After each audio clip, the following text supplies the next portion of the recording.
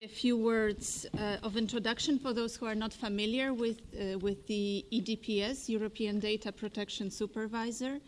So we are in fact the independent supervisory authority, the DPA, responsible for the European public sector, the EU institutions and bodies.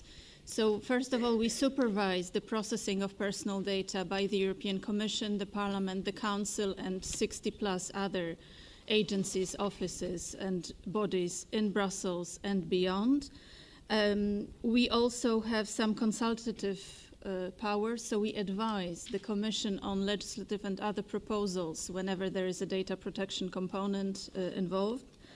We also advise the Parliament and the Council through issuing public comments and opinions in the legislative process. And part of our work is also related to cooperation with other national DPAs within the EU that takes place within the Working Party 29, of which we are a member, but we are also active in other international fora. And maybe last remark, in the future, under the GDPR, the EDPS, so my institution will become the secretariat for the future European Data Protection Board, for the EDPB. So this is the role which currently the Commission performs in relation to the current Article 29 Working Party. My boss, the EDPS, Giovanni Buttarelli, is a frequent speaker also at PLNB events, and Wojciech Wiewiórowski, his deputy, will be joining us here tomorrow.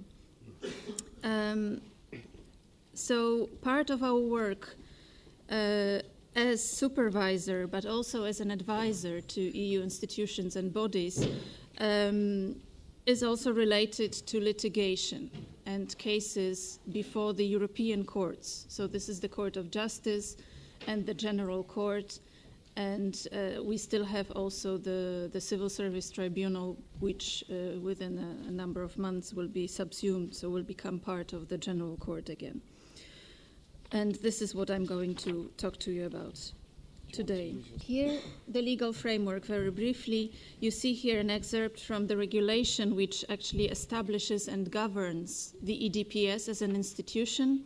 This regulation number 45/2001 is essentially for all practical purposes and copy and paste exercise of the current directive 95/46, with slight adaptations, notably that already since 2001, for the EU public sector, we had a regulation rather than a directive. But all the principles underlying data processing and a lot of the formal requirements there are copied essentially from the current data protection directive. One of the differences between us operating in Brussels at EU level is, of course, compared to national DPAs, is precisely that we do not take matters to national courts. We do not, sue organizations or controllers before Belgium or Luxembourg or any other courts, but we have to go to the Court of Justice of the EU. So this is what this article is about. First of all, we can refer a matter to the Court of Justice under the conditions provided for in the treaty.